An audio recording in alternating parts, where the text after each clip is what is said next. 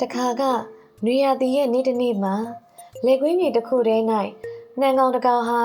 ပျော်ရွှင်စွာခုံပေါက်ပြီးတချင်းဆိုနေတဲ့ကွယ်ထိုအချိန်တွင်ပွဲစိတ်လေးတစ်ကောင်ဟာကြီးမားသောပြမှုစိတ်တစ်စီကိုသူ့တိုက်စီသို့မနေကြိုးစားပို့ဆောင်နေတာကိုတွေ့လိုက်ရတဲ့နှံကောင်ကပွဲစိတ်ကိုမြင်တော့ဟေ့တငယ်ချင်း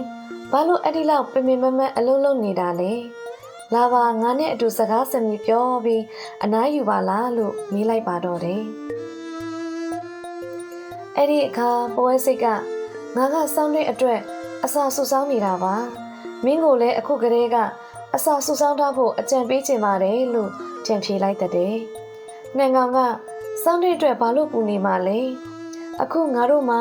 စောက်ဆရာတွေအများကြီးရှိနေတာပဲဥစ္စာလို့ပြောပြီးဂူးမဆိုင်ပဲနေလိုက်ပါတော့တယ်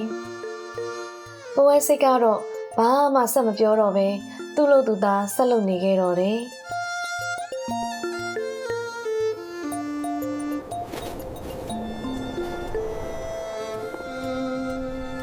ဆောင်းရသည်ရောက်လာတဲ့အခါမှာတော့နှံကောင်ခမများစားစရာမရှိပဲငတ်မို့ခေါင်းပါဖြစ်နေရှာတဲ့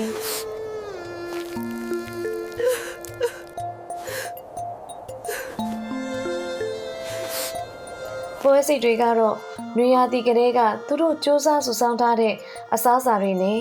တတောင့်တတနေနိုင်ကြတဲ့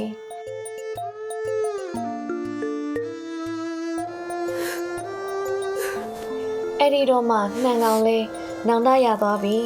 အလုပ်စူးစမ်းဖို့အရေးကြီးပုံကိုနားလည်သွားပါတော့တယ်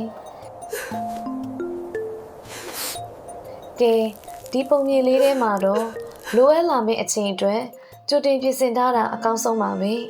ယနေ့အလုပ်စူးစမ်းခြင်းကနောက်တစ်ချိန်အတွက်လုံခြုံစိတ်ချမှုကိုပေးစွမ်းနိုင်တယ်ဆိုတဲ့အကြောင်းလေးကိုကလေးတို့အသိပညာဗဟုသုတရရှိသွားလိမ့်မယ်လို့မျှော်လင့်ပါတယ်ကွယ်ပုံမြင်လေးကတော့ဒါပါပဲကွယ်